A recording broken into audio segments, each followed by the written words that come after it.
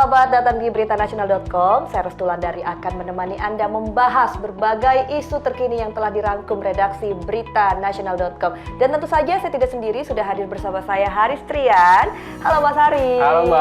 Kita berjumpa lagi dan tentunya Mas Haris Trian ini adalah dari tim redaksi beritanasional.com yang akan memberikan analisis mendalam di setiap segmennya pemirsa. Dan langsung saja pemirsa, ini kita membahas satu kabar yang cukup memprihatinkan. Ini ada insiden adu banteng antar bus Transjakarta di koridor 13 Cipulir, Jakarta Selatan, mengejutkan publik dan menimbulkan tanda tanya besar terhadap standar keamanan transportasi publik ibu kota ya Mas Haris ya. Peristiwa ini juga bukan hanya soal kecelakaan lalu lintas, tetapi juga ujian serius bagi manajemen dan sistem pengawasan operasional Transjakarta.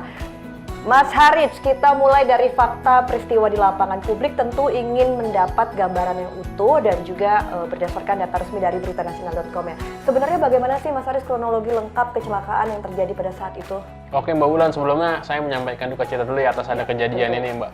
Oke, ini pertama peristiwa ini terjadi pada Senin tanggal 23 Februari pagi ya Mbak. Di saat rame-rame Transjakarta saat orang akan berangkat kerja tuh ya Mbak ya. Di mana ada dua Transjakarta yang adu banteng yang istilah kata terkenalnya jalur langit Mbak di sana. Jalur langit, oke. Yang proyeknya di situ di mana koridor 13 terkenalnya emang jalur langit karena di atas itu kan.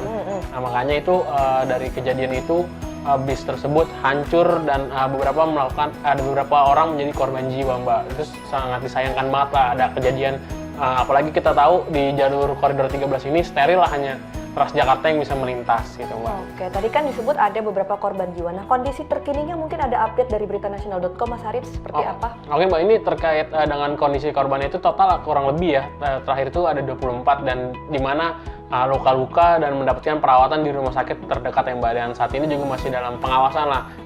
Alhamdulillah tidak ada korban jiwa terkait dari kejadian ini, tapi yang pastinya sangat disayangkan karena mereka ini kan masyarakat yang ingin menggunakan fasilitas publik tapi malah mendapatkan kejadian yang tidak mengenakan ya, sangat disayangkan. Makanya ini mungkin bisa menjadi pembelajaran lah untuk semuanya, apalagi kita ketahui juga di beberapa kali Pemprov DKI juga ataupun Pemprov lainnya mengkampanyekan terkait menggunakan fasilitas umum dan tapi malah mendapatkan seperti ini Mbak gitu Mbak.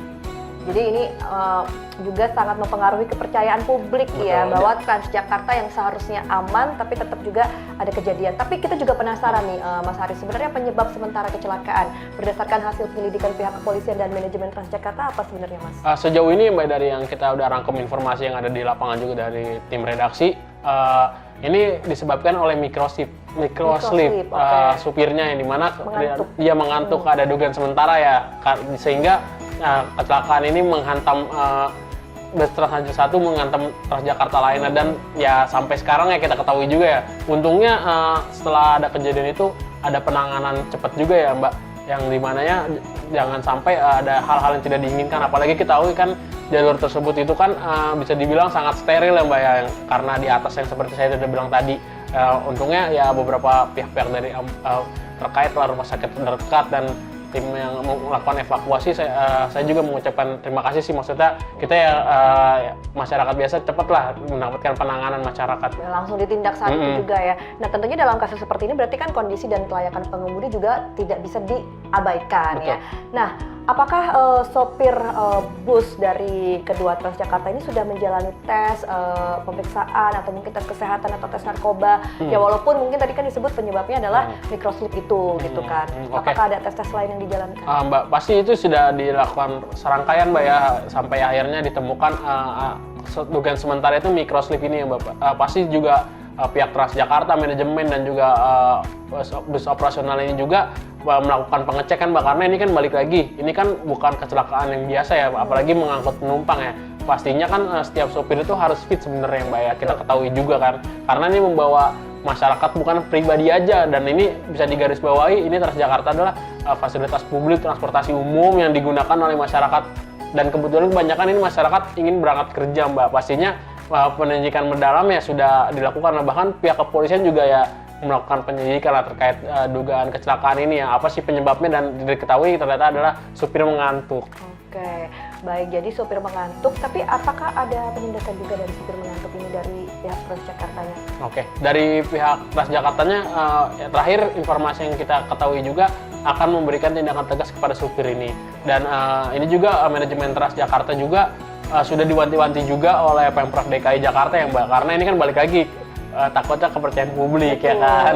Makanya mewanti-wanti lah agar semua supir yang membawa kendaraan ini agar dalam kondisi fit, tidak boleh sampai mengantuk ini ya. Kita ketahui juga mungkin salah satu banyak faktor lah yang mengakibatkan supir ini sampai mengantuk yang Mbak, kita ketahui juga. Mungkin salah satu kalau mengingat analisis kami Mbak ya, mungkin aja ini karena jalan layang ini kan kosong ya Mbak ya. Betul. Jadi ya mungkin Lurus gitu lagi kan, ya ya. kan, ini lurus aja mungkin menjadikan supir mengantuk. Jadi lurus aja tiba-tiba belokan depan ada bus betul. lainnya. Yang kedua juga mungkin ini kan bulan Ramadan Mbak ya, bisa aja dia Habis kurang sahur. tidur ya, kurang tidur dan mengantuk dan kurang fokus aja membawanya. Tapi ya kita pengen usaha ke depannya jangan sampai semua supir kayak gini, apalagi kita ketahui juga ini jalur koridor 13 ini sangat membantu lah Mbak untuk mengurai dari daerah Ciledug sampai ke arah tendian ini untuk yang menggunakan fasilitas publik ini. Ya semoga dengan adanya kejadian ini bisa berbenah lah semua, baik itu Pemprov DKI, manajemen Transjakarta dan pihak-pihak terkait lainnya. Oke, baik Mas Haris. Nah, kalau dilihat-lihat dari video maupun foto yang tersebar itu kan kondisi busnya memang cukup ringsek begitu ya. Nah, ini respon cepat yang dilakukan petugas Transjakarta dan juga pihak terkait dalam mengevakuasi penumpang bagaimana? Tadi kan Mas Haris sempat bilang cepat tindakannya, tapi mungkin seperti apa di lapangannya? Oke Mbak, ini kan secara viral, kita harus amini lah. Pertama kita mengetahui ini dari medsos Mbak, Dari medsos, baik. boomingnya, dan kita kemudian melakukan konfirmasi ke pihak terkait Transjakarta dan pihak kepolisian akhirnya mengamini kalau benar ada kecelakaan.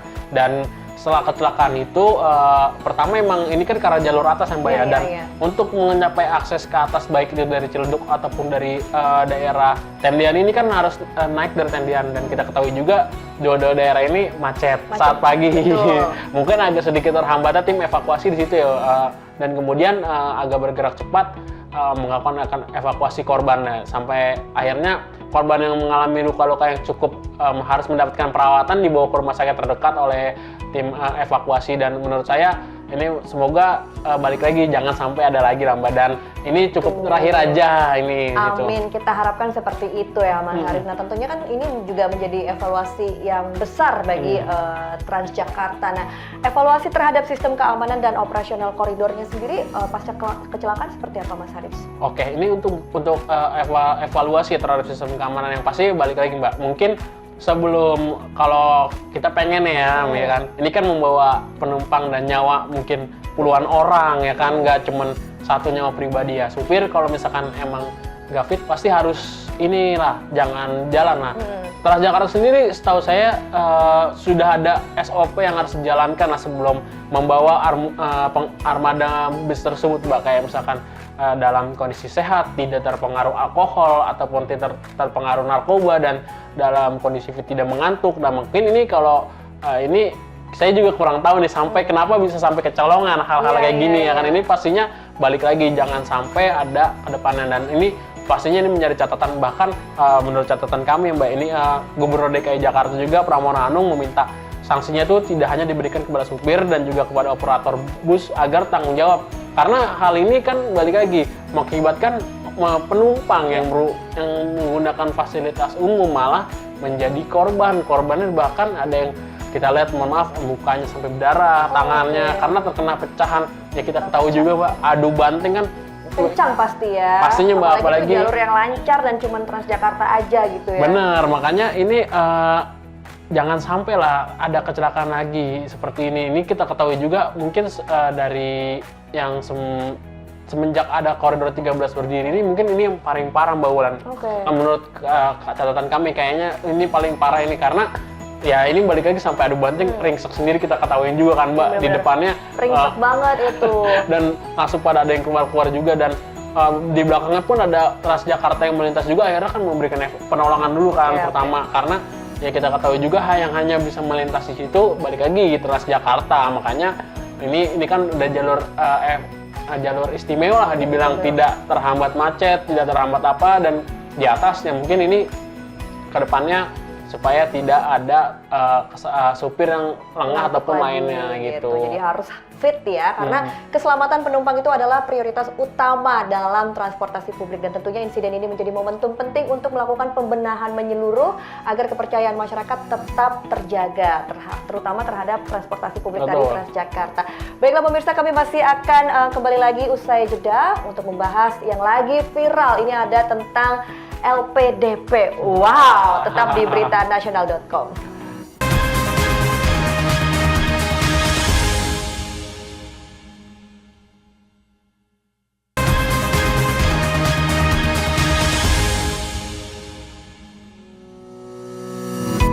Anda kembali bersama saya Restulandari dan juga Haris Trian di beritanasional.com, dan selanjutnya nih pemirsa ada program beasiswa LPDP yang tentu selama ini dikenal sebagai investasi negara untuk mencetak sumber daya manusia unggul, tapi namun belakangan muncul polemik viral yang menyorot sikap seorang alumni dan memicu pernyataan tegas dari Menteri Keuangan. Tegas banget, blacklist dari segala pemerintahan. Wah, ini seru banget ya. Mas Haris, langsung saja nih kita awali dari awal mula polemik ini tuh sebenarnya gimana sih sampai ramai diperbincangkan? Apa latar belakang munculnya polemik alumni LPDP yang viral ini? Oke, Mbak. Pernyataan si Mencu itu tadi. Pas ini, wah ini ramai banget sih, Mbak. Ramai banget.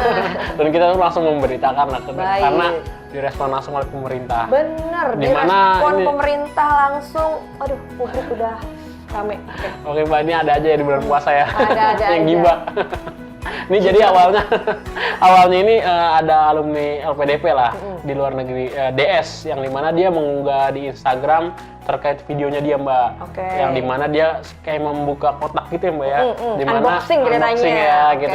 Cerita dia mau bikin konten unboxing gitu lah, yang buat viral, ternyata viral beneran kan? Viral beneran. Ya di situ di mana kotak itu dia juga sambil ngomong, cukup saya aja yang jadi WNI, anak saya jangan. Karena dia buka unboxing itu adalah dokumen-dokumen resmi Betul, anaknya menjadi warga negara Inggris. Nah makanya ini kan kemudian jadi sorotan masyarakat lah, karena dia sendiri mungkin beberapa konten lainnya juga membahas soal LPDP kan langsung ditarik lah. Oh ini kok peserta LPDP malah begini sih, tidak mencerminkan seperti apa sih yang harus saya LPDP, apalagi kita ketahui juga kan kalau LPDP ini kan dibiayai oleh pemerintah yang bayar pasti, dan ini ramai dan akhirnya ditangkapi semua pihak, tidak hanya netizen tapi juga dari pemerintah. Betul, karena respon pemerintah ini menjadi sorotan ya, terutama pernyataan terkait sumber dana beasiswa. Maksudnya kayak LPDP dibiayai negara, tapi kok dia ngomongnya seperti itu gitu. Nah ini bagaimana nih akhirnya sikap resmi dari Menteri Keuangan Purbaya Yudisadewa terhadap pernyataan alumni LPDP yang viral tersebut, Mas Haris? Oke, ini pastinya agak sedikit nadanya tinggi ya. Tinggi, kalau dilihat di video-video yang kita tonton begitu ya, itu memang emosi sepertinya Pak Mencu ini. Pak Purbaya ya, dimana dia bahkan itu dalam konferensi terkait kemarin APBN kita ya Mbak ya, dimana dia ngomong nih, ini sama saja menghina negara sendiri. Betul. Dia bilangnya kan, karena kita ada yang salah dengan jadi WNI gitu kan. Tidak bangga gitu ya. Pak Purbaya yang kita ketahui dengan andalannya jempol. Oke. Tiba-tiba sama agak sedikit ngegas ya terkait dengan isu ini. Emang kita ketahui juga kan, karena Kemenkikon juga yang mengalirkan dana untuk LPDP juga kan yang bayar terkait siswa-siswa yang ada di luar negeri sana, dan kita ketahui juga emang proses LPDP ini juga penyaringannya cukup ketat kan. Dan persyaratannya aja tuh susah banget. Makanya mungkin Pak Purbaya ini agak sedikit kecewa lah, kenapa apa sih yang udah dibayarin oleh negara, yang maksudnya dibiayai loh negara, walaupun kita ketahui juga dari beragam sumber kan itu kan. Nah makanya Pak Purbaya marah ya, masa kamu begitu tidak berbakti kepada negaramu sendiri, malah jelek-jelekin ya, apalagi kamu ini sebagai contoh LPDP yang ada di luar negeri. Dan bahkan Mbak, kita ketahui juga ini bukan tidak hanya SDS ya, tapi suaminya juga ya LPDP ya. Suami istri loh ternyata LPDP. Jadi masa baktinya sudah lewat tapi dia masih stay di sana gitu ya. Iya, ada masa baktinya, dan bahkan ya sekarang menjadi sedikit polemik ya kan. Bener banget. Kemudian ada wacana sanksi yang cukup tegas ya dari pemerintah. Nah kemudian Mas Haris, apa saja nih langkah tegas pemerintah terhadap alumni LPDP yang dianggap melanggar etika? Ini emang setelah adanya ini kan jadi rame kan Mbak ya terkait sebenarnya kita nggak tahu loh ternyata ada masa baktinya ya. Ada masa bakti, bagaimana dia harus menunjukkan baktinya setelah dia lulus. Betul. Gitu kan. Ini ada masa dan bakti. harus balik ke Indonesia setelah Benar. 90 hari kelulusan kalau tidak salah. Betul Mbak, ini jadi emang kalau sanksi tegas dari pemerintah sendiri ya Mbak terkait yang tadi Mbak Wulan tanyakan ya, dimana dengan kasus DS ini akhirnya pemerintah sendiri meminta dana yang sudah dikucurkan lah oleh pemerintah itu diganti rugi plus bunga. Ada bunganya, ya ampun, serem loh. Itu aku nggak kebayang sih. Bunganya Mbak. Tapi kan katanya orang kaya, enggak ya? Orang ada. Orang ada, oke. Orang ada mungkin, kita nggak tahu juga mungkin dia ada tabungan dana, mungkin ada rezeki lebih atau gimana Mbak. Tapi dia sendiri kan setelah itu kan juga bersedia kan untuk membalikan kan uang dari LPDP ini karena ramai lah dan sampai mendapat teguran dari pemerintah sendiri yang notabene baik itu menteri, wakil menteri dan beberapa pihak lainnya. Makanya dengan adanya sanksi tegas ini bisa memberikan efek jera lah kepada peserta LPDP, tidak hanya yang DS ini aja, tapi peserta LPDP lainnya. Ya, jadi kalian kan sudah disekolahi lah oleh negara, mungkin jangan sampai lupa lagi dan kalau bisa balik lagi gitu. Betul. Kan. Karena banyak banget loh orang yang pengen dapetin privilege itu ya, LPDP itu gitu kan. Bahkan ada yang nggak pakai LPDP tapi justru berbakti sama Indonesia. Nah, bener Mbak, ini emang proses LPDP ini sebenarnya agak dikritisi juga sama DPR Mbak.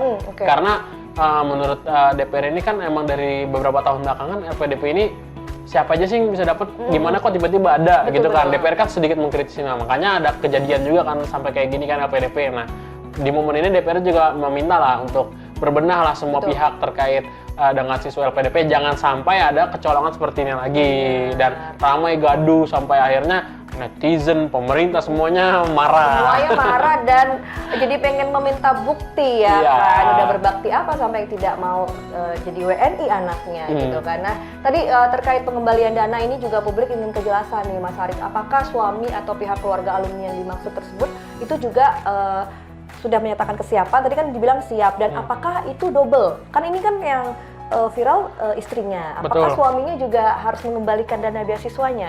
Terakhir sih yang kita dapat informasinya suami istri sih Mbak. Suami istri, terakhir jadi ibaratnya suaminya kena pulung ya? Karena dua-duanya ini kan kesorot banget Mbak. Ternyata emang dua-duanya peserta LPDP ya, tapi yang pasti yang baru memberikan statement terakhir itu yang siap mengembalikan si DS ini Mbak. Si DS yang wanita yang viral di Instagram yang memberikan inilah dia jangan cukup aku aja jadi WNI.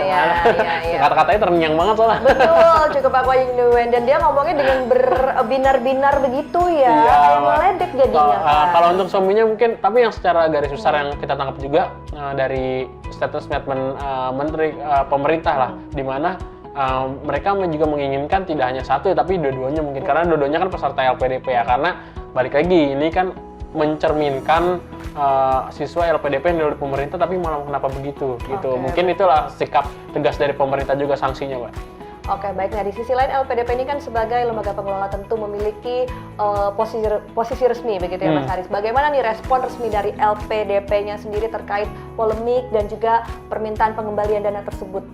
Oke, yang pastinya ini ya pihak LPDP-nya juga menyayangkan sih Mbak.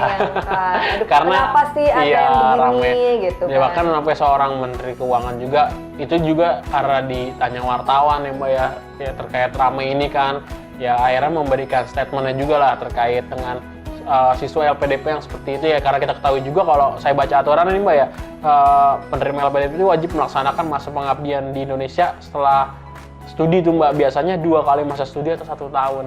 Kalau dari aturan yang saya catat nih Mbak ya, nah jika aturan kontrak tidak dipenuhi, LPDP dapat meminta pengembalian dana bunga dan hak memperketat hak untuk program dari pemerintah lainnya. Jadi, nah ini emang udah ada aturan, makanya kenapa dikembalikan juga. Nah itu kalau dari catatan saya yang saya baca terkait program LPDP ini, ya pastinya LPDP juga ke depannya nih akan ketat lagi lah, jangan sembarangan memberikan program LPDP ini kepada orang ini, jangan sampai sengaja ya dia viral lagi, lebih baik anak saya jadi warga negara mana gini. Dan harus dipantau juga ya sama LPDP atau mungkin pemerintah atau bagaimana gitu ya, bagi yang sudah lulus ini harus benar-benar balik ke Indonesia Bener, Mbak. gitu. Jadi dipantau para siswanya juga gitu kan. Sepakat banget karena ini balik lagi ya Pasti kita banyak itu soalnya. pasti dibutuhin lah ilmu-ilmu yang sudah didapatkan oleh mereka ya para siswa LPDP ini ya. Kita ketahui juga Indonesia kan saat ini kan sedang menuju berkembang ya Mbak ini negaranya.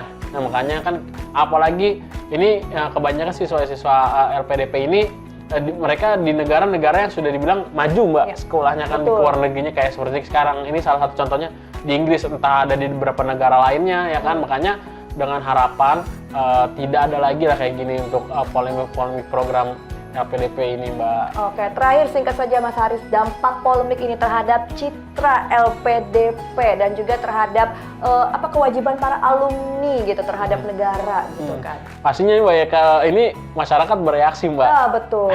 Jadi pada minta dituntut ya. Kayak ada kemarin Tasya Kamila ya bikin postingan tuntut dia sudah sudah berbakti ini itu, tapi itu juga ada di pro kontra. Iya, benar. Makanya ini pastinya ada pro kontranya Mbak ya, dimana pasti masyarakat bereaksi juga lah karena isu terkait LPDP ini sangat sensitif karena banyak banget Mbak yang pengen berusaha mendapat LPDP ini tapi tidak bisa mendapatkan. Mungkin ada yang kemampuannya bisa tapi tidak dapat anak terhambat atau proses lainnya kan itu administrasinya nggak bisa tembus ya kan saat di sananya. Nah makanya itu buat kalian yang udah dapat LPDP semoga bisa menjalankannya dengan baik tanpa ada buat viral-viral ataupun polemik yang akhirnya menjadi sorotan seperti sekarang ini Mbak Ulan. Dan jangan sombong lah kalau udah tinggal di luar negeri. Ini Indonesia tuh indah banget loh ya kan.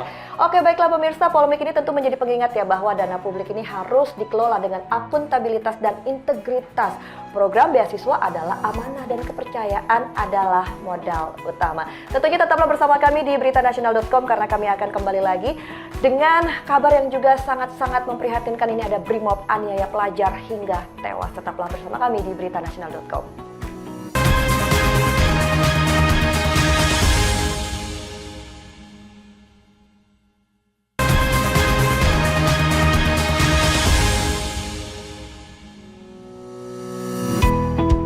Balik lagi bersama kami di beritanasional.com pemirsa. Kasus dugaan penganiayaan oleh oknum Brimob terhadap seorang pelajar MTS di Tual yang berujung kematian ini memicu keprihatinan nasional. Peristiwa ini kembali menguji komitmen penegakan hukum dan perlindungan anak di Indonesia. Mas Haris, kita mulai dari kronologi kejadian yang sebenarnya ini. Gimana sih kronologi kejadiannya sampai kok bisa ada peristiwa ini, Mas Haris? Oke Mbak, ini sebelumnya saya sangat menyayangkan banget lagi. Kita juga berduka cita ya. Iya, lagi-lagi institusi Polri tercoreng dengan oknum-oknum yang menyalahgunakan lah. Betul, seorang Bribda MS. Ya oke Mbak, ini pertama ini ada inisial seorang siswa ya, umur 14 tahun. AT ini di siswa MTS di Tual ya Mbak, dimana saat itu dia bersama temannya sedang di jalan ya Mbak ya, naik motor dan kemudian Bribda MS ini posisinya sedang bertugas untuk membubarkan balapan liar, yang dimana dia mengira ini adalah si AT ini adalah salah satu pelaku korban balap liar tanpa menderita anjing dan lain-lain, langsung saja melakukan pemukulan kepada AT ini dan dimana akhirnya ya sampai kita ketahui kalau dari video-video yang beredar ini ya cukup menyayangkan lah Mbak, sampai dia pakai helm dan sampai berdarah-darah gitu Mbak. Itu Mbak, makanya gimana ya agak sedikit miris juga sih kita Mbak saat sebuah penegak hukum malah melakukan seperti itu, kekerasan apalagi kepada anak yang masih berusia 14 tahun Mbak. Oke, baik, dari kasus penyelidikannya sendiri ini sudah sejauh mana Mas Haris? Yang terakhir ini Bribda MS ini sudah dipecat ya Mbak ya, dia udah PDTH yang dimana karena akibat kelalaian dia saat bertugas ya. Kita ketahui juga mungkin boleh emosi saat bertugas ataupun lainnya, tapi balik lagi Mbak, ini penegak hukum jangan sampai seperti itu lah Mbak, main hakim sendiri. Ini kan kita bisa aja bertanya dulu nih, jangan langsung main hakim. Ditegur, biasanya kan kalau ada suatu kesalahan ditegur dulu, baik-baik, jangan main langsung tindak kekerasan. Ini langsung main tangan Mbak, masalahnya langsung dipukul. Dan kalau kita dari lihat, ini tidak hanya ada dua korban kan Mbak? Karena yang satunya tuh yang bawa kendaraannya. Benar, yang satu lagi yang jadi korbannya ini juga dirawat, saat ini masih menjalani perawatan lah, dimana cukup parah lah karena dipukul dengan itu. Dan kalau yang korban yang meninggal dunia ini kita lihat dari video yang beredar ini parah banget sih Mbak, sampai darahnya ngucur. Kena pelipis katanya Iya, ya. Kemudian dia terjatuh. dan kemudian akhirnya ditolong sama anggota Brimob yang lainnya juga akhirnya dibawa ke pihak rumah sakit. Kalau kita lihat dari video yang beredar ya Mbak, yang awal-awal itu. Ini respon kepemimpinan dari institusi Polri, dari Pak Kapolri, arahannya seperti apa terhadap peristiwa ini, Mas Haris? Wah, Pak Kapolri langsung tegas sih Mbak. Kejadian itu langsung dia memberikan statement bakal mengusut tuntas secara terbuka ya Mbak. Karena kita ketahui juga Polri di bawah Listio Sigit kan saat ini sedang berbenah Mbak. Kita ketahui juga, kita tarik ke belakang lah. Anggota Brimob waktu itu melindas ojek online yang sedang bertugas yang waktu itu. Avan kan kita ketahui juga yang di Pejompongan sini Mbak. Itu kan masih lekat lah masih lekat banget di pikiran masyarakat Mbak. Ini kan balik lagi saat Polri sudah membranding dengan dekat masyarakat lah, udah mengayomi dengan mencoba berubah lebih baik, lebih terbuka, menerima kritik ataupun apapun. Tapi dengan ada anggota yang seperti ini lagi berulang lagi, Mbak, saya khawatir nanti takutnya malah masyarakat berpikir tidak baik kepada Polri, gimana Mbak? Jadi mencoreng nama Polri lagi ya, maksudnya lagi bebenah, lagi dibersihkan, ada lagi kejadian seperti ini. Makanya Pak Sigit langsung tegas lah di hari itu juga memberikan statement. Saya akan mengusut tuntas, memberikan pihak-pihak terkait dan akan terbuka kepada publik terkait sanksi apa saja yang diberikan kepada Bribda MS ini. Oke, jadi selain dipecat mungkin ada sanksi hukuman atau proses hukumnya juga tetap berjalan masih berjalan Mbak, masih berjalan Mbak. Selain dipecat mereka karena ini kan lagi menghilangkan nyawa seseorang yang Mbak ya. Pastinya ini proses hukum akan tetap berjalan, tapi yang saat ini yang paling baru ini sudah dipecat sebagai anggota Polri Mbak. Oke, nah ini kan korbannya adalah seorang siswa gitu ya, dan kemudian lembaga independen pun juga ikut bersuara seperti mungkin Komisi Nasional Perlindungan Anak Indonesia gitu kan. Ini respon dari Komnas Anak tersebut seperti apa, kemudian juga potensi pelanggaran hukum yang dilakukan oknumnya juga seperti apa gitu. Ya emang ini setelah ada kejadian ini beberapa seperti KPAI.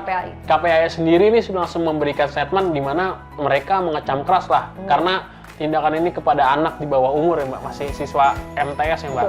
Mungkin kita ketahui juga bisa secara jangan main hakim sendiri lah, lebih soft lah, ngobrol dulu. Kalaupun misalkan itu bisa aja kan dibawa ke kantor polisi aja Mbak, biar diproses secara hukum. Misalkan kalau dia terbukti, tapi kalau tidak terbukti ya yang penting kita ngobrol baik-baik, jangan sampai ada kekerasan ini balik lagi jelek lagi citranya. Nanti bahkan Kementerian PPA Perlindungan Anak juga di mana Kementerian Anak ya Mbak ya, di situ juga mengecam keras lah terhadap tindakan yang sudah dilakukan oleh kepada anak yang di bawah umur ini, si siswa ini 14 tahun, dan bahkan ini korban yang saat ini masih dirawat di rumah sakit akan diberikan perlindungan hukum lah. Maksudnya dalam perlindungan hukum akan diberikan pendampingan dalam artian selama dia menjalani masa perawatan ini Mbak, gitu Mbak. Oke. Dan tentunya kejadian ini kan akhirnya menimbulkan dampak sosial ya, terutama terhadap keluarga korban, kemudian warga setempat, atau mungkin juga teman-teman di sekolahnya begitu yang akhirnya mungkin jadi takut gitu kan terhadap aparat kepolisian, dan juga ini tentu berpengaruh terhadap persepsi publik sendiri terhadap aparat penegak hukum. Nah itu gimana Mas Haris? Ya sepakat banget sih Mbak ini Mbak, pasti ini juga harus ya Mbak ya, karena ini isu yang menjadi kritis dan sensitif di masyarakat ya, di mana kekerasan aparat terhadap anak di bawah umur lagi Mbak, yang dimana kita ketahui juga caranya sangat menyayangkan banget dengan dipukul pakai helm, dengan sampai berdarah, seperti tidak diberi ampun. Kadang-kadang tuh orang tua sendiri aja tidak tega memukul anaknya, masa ini orang lain harus bertindak seperti itu. Enteng banget Mbak masalahnya Mbak. Nah ini mungkin hal yang keras ya kan. Mungkin ini yang jadi catatan ke depannya, ini evaluasi SOP anggota-anggota polisi di lapangan yang Mbak, yang dimana apakah harus seperti itu saat bertugas, karena kita ketahui juga seharusnya kan Polri sudah mempunyai SOP tersendiri ya, apalagi untuk aparat yang berada di garda terdepan ya Mbak, di depan, terutama untuk memberikan rasa keamanan, Kamtibnas di masyarakat ya Mbak ya. Pastinya ini ke depan semua pihak pasti Polri akan berbenah juga Mbak, dimana supaya tidak ada kejadian serupa lagi yang di saat ini kita ketahui Polri juga sedang membranding ya citranya sebagai institusi yang dipercaya masyarakat. Kasian banget, maksudnya udah berjalan, berbenah, dan menerima kritik masyarakat, tiba-tiba ada lagi anggota yang melakukan tindakan seperti ini. Saya sangat menyayangkan sih Mbak, kasian Mbak. Betul banget, apalagi ini di bulan suci Ramadan ya. Harusnya juga aparat mungkin dalam melakukan penertiban atau segala macamnya itu juga harus dengan SOP tertentu itu ya, tidak dengan tindak kekerasan seperti itu.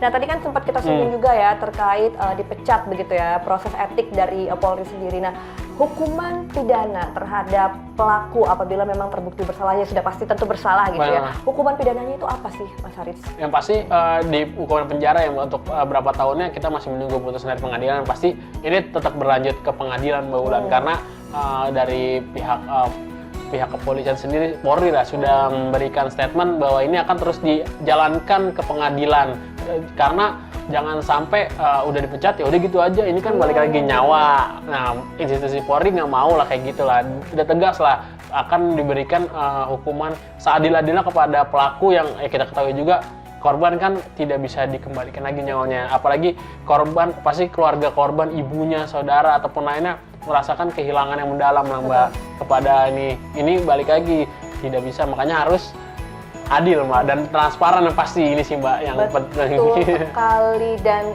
kalau bisa ya melakukan kewajiban mengayomi masyarakatnya itu benar-benar dilakukan dengan baik begitu ya. Sepakat Mbak, karena kita ketahui juga kan di beberapa medsos pun polisi banyak banget yang viral Mbak karena kebaikannya, entah itu BRIMOB ataupun lainnya saling berbagi ke masyarakat, dan misalkan mereka juga melakukan aktivitas saat melakukan penertiban ataupun lainnya ya dengan cara yang humanis Mbak, gitu Mbak. Jadi mudah-mudahan ini bisa menjadi evaluasi tentunya ya bagi Polri itu sendiri. Semoga. Dan pemirsa, tentunya penegakan hukum harus berjalan adil seperti yang tadi sudah disebutkan oleh Mas Haris ya, dan juga transparan, dan kasus ini juga tentunya menjadi ujian nyata nih bagi komitmen perlindungan anak dan reformasi institusi. Dan tentunya tetaplah bersama kami pemirsa karena kami masih akan membahas isu menarik lainnya ini tentang ambang batas parlemen usai jeda di beritanasional.com.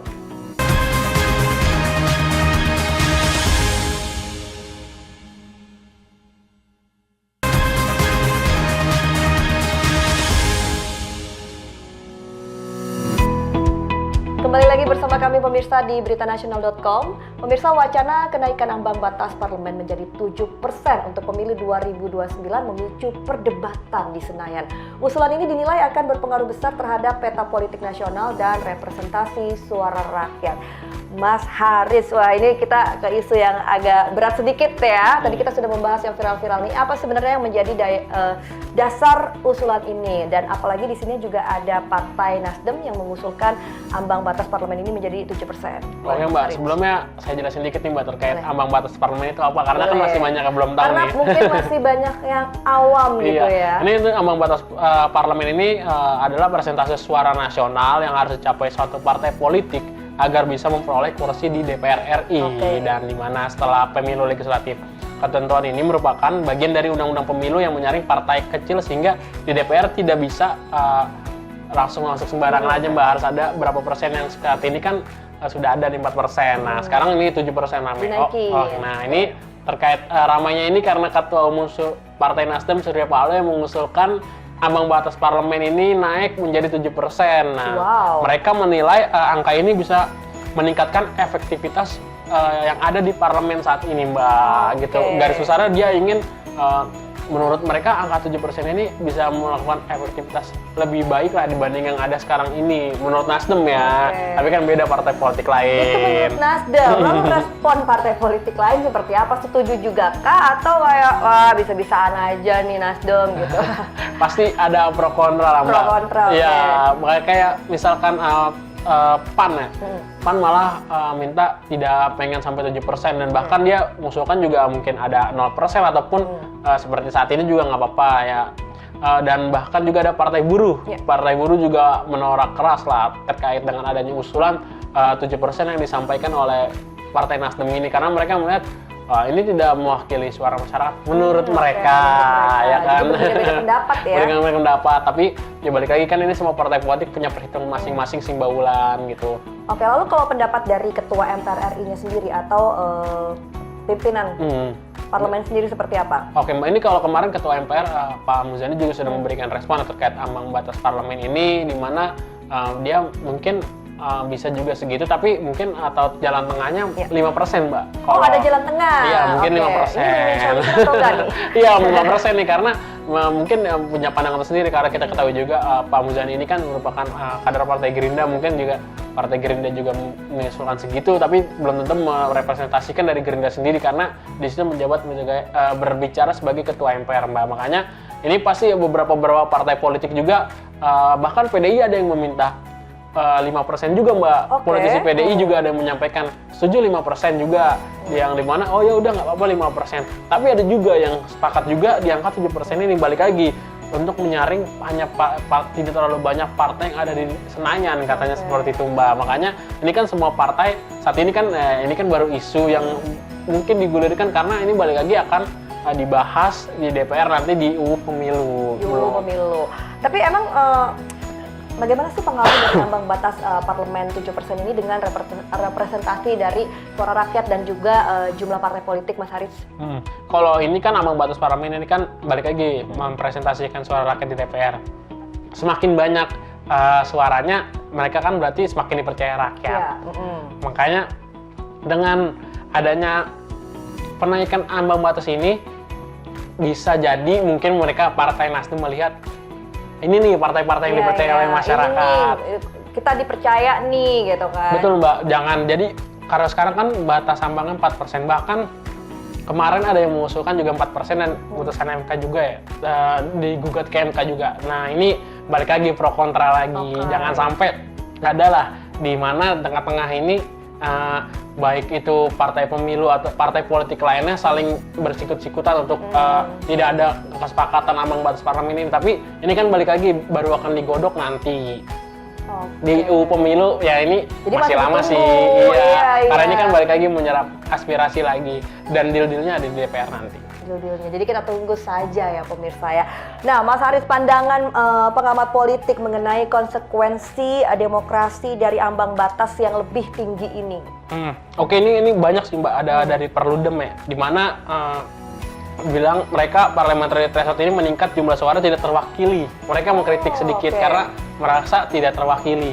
Tapi balik lagi juga, ini kan semuanya kan yang akan bergejolak di DPR lagi. Betul. Dan juga ada berapa lagi sih organisasi publik kawal pemilu, dia menilai usulan 7% ini perlu dikaji lah secara komprehensif karena menurut mereka balik lagi tidak keterwakilan suara masyarakat dan terlalu tinggi. Tapi kan kalau partai politik menilai semakin tinggi mereka mendapatkan suara, tandanya mereka semakin dipercaya. Itu kan. Nah, ini kan punya pandangan tersendiri lah, Mbak.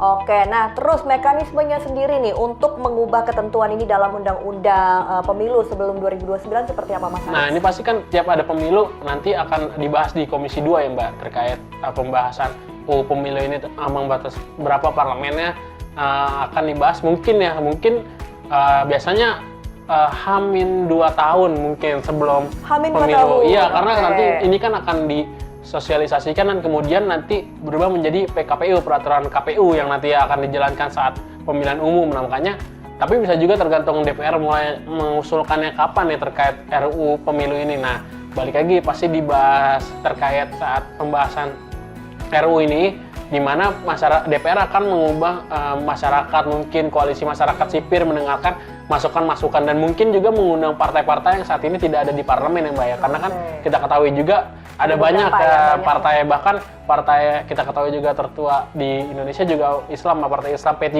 juga tidak masuk kan ambang batas parlemen ya. PSI juga ada kan ya, makanya mungkin akan membahas itu lah dengan seksama agar ada jalan tengahnya seperti apa sih ambang batas parlemen ini, karena balik lagi ini isu yang pasti setiap akan pemilu berulang akan berulang terus ini terkait kesepakatannya, karena balik lagi akan menjadi kesepakatan bersama itu, Mbak Wulan. Oke, baiklah. Dan pemirsa, perubahan ambang batas parlemen ini memang bukan hanya soal angka, tetapi menyangkut kualitas demokrasi dan representasi politik di masa depan. Dan tentunya kami masih akan membahas informasi menarik lagi ini terkait penukaran uang baru. Wah, ini udah rame padahal lebarannya masih lama ya, Mas Haris ya. Tetap di beritanasional.com.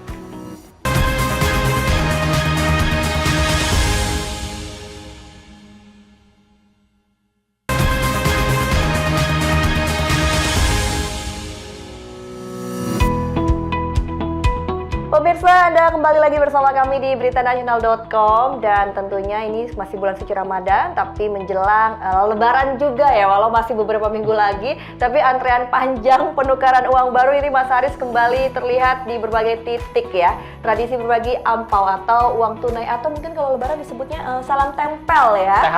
THR betul. Kepada anak-anak ini memang menjadi bagian yang tak terpisahkan dari perayaan Idul Fitri. Nah, Mas Haris, kita akan membahas fenomena ini dari sisi sosial dan ekonomi. Mungkin ini pertanyaan yang gampang tapi kadang-kadang bikin penasaran gitu ya. Kenapa sih banyak orang yang rela antri demi mendapatkan tadi uang baru menjelang Lebaran? Iya, saya sebenarnya juga bingung Mbak ya. Tapi kalau kita lihat ini fenomena ini berjalan udah dari sebelum-sebelum ini ya Mbak ya. Udah lama ya jadi budaya sepertinya.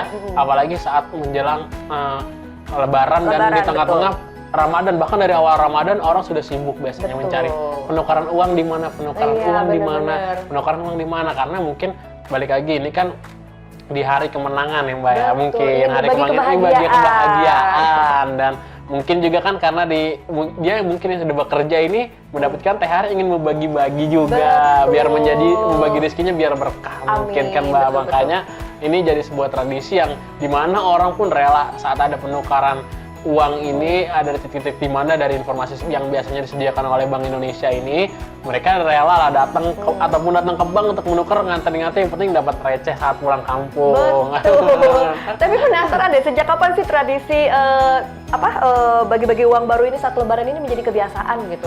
Apakah dari berdirinya Bank Indonesia? Karena kan kalau nggak ada Bank Indonesia nggak ada uang baru. Mungkin dari situ Mbak ya, kalau kita tarik ke belakang ya, karena saya pun saat kita mengamini pasti Mbak Ulun juga kan waktu kecil kan udah dapat uang baru. Iya, apalagi dari nenek, kakek ataupun om tante dulu kita kasih uang yang masih licin gitu. Anak-anak kecil kan licin ya kan, senang banget saat dikasih uang ya kan. Ini apa sih uang ini ya kan, masih keset ya kan, masih licin, masih wangi gitu. Masih wangi. Nah, ini mungkin jadi tradisi ya, balik lagi berbagi kebahagiaan di saat bulan Ramadan, setelah bulan Ramadan dan di saat Lebaran, apalagi momennya saat kita berkumpul keluarga kan bayang, di mana kemungkinan hanya bisa di saat 1 tahun sekali lah. Mungkin ini jadi sebuah tradisi yang dilaksanakan oleh oleh umat Islam, masyarakat Islam yang ada mayoritas di Indonesia ini, Mbak Wulan. Ya, mungkin dari teman-teman beritanasional.com ini meliput ke lapangan atau bagaimana, itu mungkin bisa tahu nggak sih kayak pecahan apa sih mungkin yang paling diminati atau yang mungkin sering dibagikan untuk anak-anak gitu selama penukaran uang baru ini? Oke Mbak, kalau untuk tahun ini kita baru akan melakukan penelusuran yang baik ke penukaran uang, karena kan ini BI kan sudah sejak awal Ramadan melakukan program Pintar BI ya Mbak, di mana untuk melakukan penukaran uang mereka, jadi tidak bisa untuk tidak ada penumpukan, jadi mereka harus regis gitu Mbak. Daftar dulu. Nah, makanya ini kalau misalkan dari pengalaman tahun lalu ya Mbak ya, kalau saya kebetulan saya juga sedikit meliput Mbak tahun lalu. Kalau saya kemarin ini meliputnya ke tukang uang yang ada di pinggir jalan Mbak, bukan yang resmi. Yang tapi ada jasanya kayak kita berapa nukernya itu. Yang paling diminati itu adalah pecahan 10.000, 5.000. 10.000 sama 5.000. 10.000, 5.000 dan ya kurang lebih paling banyak gitu Mbak. Sama 2.000. Sama 2.000 ya. Sama 2.000-an Mbak. Kecil gitu iya. Lah. Jadi tetangga lewat bisa itu dibagi gitu. Kalau ya. kemarin kan saya nanya yang untuk yang tahun lalu ya Mbak, tahun ini kita akan melakukan penelusuran dan sedang mencari titik-titik penukaran uang. Kita akan simak nanti informasinya di beritanasional.com ya pemirsa ya. Nah, tapi Mas penasaran deh, apakah stok uang baru ini tuh cukup gitu ya? Apalagi kan pasti akan terus ada pelonjakan permintaan uang baru. Bener, sepakat Mbak. Ini mungkin Bank Indonesia sendiri sudah melakukan antisipasi ya Mbak, karena dari tradisi ya, kita ketahui juga tradisi yang sudah dilakukan setiap tahun-tahun, pasti Bank Indonesia sudah memperkirakan berapa mencetak uang barunya ini, dan kemudian makanya untuk tidak adanya mencegah antrean dan mungkin berapa kuota yang sudah disediakan Bank Indonesia ini, Bank Indonesia sendiri juga melakukan yaitu melalui Pintar ini biar tahu ya terintegrasi dan masyarakat tidak balik lagi hati-hati uang palsu. Gitu. Hati uang palsu, yang mendingan yang resmi aja gitu, baik itu di bank ataupun dari Bank Indonesia sendiri, karena kita ketahui juga takutnya Mbak ya, transisi yang di pinggir jalan uangnya ya kita kan bukan mengecilkan yang ada di pinggir jalan, tapi balik lagi kita ini kan di momen kayak gini ada aja yang mencari ini apa sih namanya, keuntungan lah. Betul. Berbicara tadi soal keuntungan gitu kan, ini ada nggak sih jasa tukar uang gitu, ada biaya tambahan gitu kan? Malas ngantri mau pakai orang aja buat ngantriin gitu. Kalau yang pakai jasa kayak gitu saya belum menemukan. Tapi kalau jasa yang di pinggir jalan ada itu jasanya, Ada, Mbak. itu berapa biasanya? Biasanya tergantung kita store, tergantung kita nuker. Kalau misalkan untuk tekor, misalkan kita nuker 10.000 dalam misalkan pecahan 10.000 misalkan nominal dalam 1 juta, biasanya itu dia ada jasa potongannya 30.000 sampai 30.000 ataupun 40.000 itu tergantung jasa tukang. atau bayar berarti ya? Kita misalkan nuker 1 juta cuma dikasih misalkan 970 kayak Oh gitu. gitu. Ada 30.000 ya jasa lah, karena dia kan jasa atau bayar ke dia benar, gitu. dia karena ada nukerin uang baru ini kan. Tapi kita balik lagi ke setiap pedagang yang ada di penukaran di pinggir jalan itu kan berbeda-beda tarifnya. Kebetulan yang tahun lalu saya sempat ngobrol itu dia kurang lebih segitu sih, Mbak. Tapi itu uangnya asli ya? Uangnya asli sih, Mbak. Tapi balik lagi saya kurang tahu karena saya nggak menukarkan, saya hanya berbincang dan mewawancara terkait itu. Nah, balik lagi makanya saya sih menghimbau ya, kayak tim redaksi sendiri menghimbau janganlah alangkah baiknya menukarkan uang itu di tempat yang resmi, baik itu di bank atau yang sudah di titik-titik poin yang sudah di Bank Indonesia, karena pastinya ini tidak hanya Bank Indonesia yang akan nantinya melakukan penukaran uang ya, Mbak, karena bank-bank lainnya juga akan menggelar lah, kayak yang memberikan informasi. Ini kalau mau nukar uang pecahan segini. Bahkan beberapa kantor yang saya dapatkan informasi juga sudah menggelar kolektif. Jadi kolektif kayak dikumpulin, kamu mau nukerin berapa, ditukar pecahan berapa gitu, Mbak, nominalnya. Udah ada, Mbak. Karena kerja sama bank. Waduh. Gitu, kalau yang saya tahuin. Tapi luar biasa ya, orang THR-nya belum turun gitu ya, tapi udah banyak yang ngantri uang itu ya. Karena gajian dia dari, Mbak. Mungkin dari gaji sebelumnya atau mungkin tabungannya, Mbak. Karena balik lagi, mereka kan ingin merayakan momen yang sangat sakral lah, Mbak, di Idul Fitri ini, yang dimana berkumpul bareng keluarga, saling berbahagia yang setahun sekali. Ya ini mereka pengen sangat maksimal lah. Oke, mungkin terakhir Mas Haris, tadi kan sudah sedikit disinggung soal himbauannya ya, tapi mungkin banyak juga nih pemirsa yang penasaran, biasanya tuh titik-titik sentra penukaran uang itu ada di lokasi mana aja, terus gimana caranya supaya terhindar dari penipuan. Takutnya dia pakai mobil mengaku-ngaku gitu kan, dari bank ini, dari bank itu gitu. Gimana tuh caranya? Sepakat banget sih, Mbak, ini informasi banget sih, karena kita ketahuin aja, ada aja berita yang merasa tertipu, entah itu uang palsu atau gimana. Yang pastinya sih sekarang ini kan kita di era digital ya, dan bahkan Bank Indonesia sendiri sudah menggunakan sosial medianya, yaitu Instagram, setiap hari posting terkait penukaran uang dan caranya gimana. Nah, alangkah baiknya para pemirsa mengeceklah langsung di Instagram Bank Indonesia, atau mungkin kalau mau cari keyword di Google bisa aja. Pas pemberitaan banyak terkait lokasi-lokasinya itu, termasuk kita juga memberitakan hampir setiap hari terkait penukaran uang ini di Pintar BI ataupun yang lain-lainnya. Nah, makanya untuk terhindar itu, balik lagi, hindari yang tempat yang mungkin menurut kalian tidak pas lah untuk menjadi penukaran uang, agak janggal mungkin gimana. Walaupun sederetan itu penukaran uang semua, kayak beberapa titik lah kita ketahui juga di Jakarta Selatan ataupun di Jakarta Pusat itu berapa lah banyak yang penukaran uang di pinggir jalan, tapi yang balik lagi ada jasanya itu, Mbak. Oke, jadi harus pintar-pintar memilih ya lokasi penukaran uang tersebut. Jadi harus dari bank yang terpercaya. Nah, pemirsa, tradisi berbagi saat Lebaran memang adalah bagian dari nilai kebersamaan. Namun pastikan menukar uang melalui jalur resmi ya, Mas Haris ya, agar aman dan terhindar dari praktik yang merugikan atau dari praktik penipuan tadi. Ya, tentunya pemirsa, demikian rangkaian pembahasan kita kali ini di beritanasional.com. Seru sekali tentunya. Terima kasih kepada Mas Haris Trian dan juga teman-teman dari tim redaksi bernas.com yang sudah memberikan informasi setiap harinya, dan juga tadi Mas Haris juga dengan analisis dan perspektif yang telah disampaikan. Pastinya pemirsa juga terus pantau terus ya websitenya di beritanasional.com untuk informasi terupdate seputar apapun, sosial, politik, ekonomi, lengkap di situ ya, Mas Haris ya. Dan tentunya saya Rustulandari pamit undur diri bersama juga dengan Haris Trian. Sampai jumpa kembali di beritanasional.com dan bye-bye.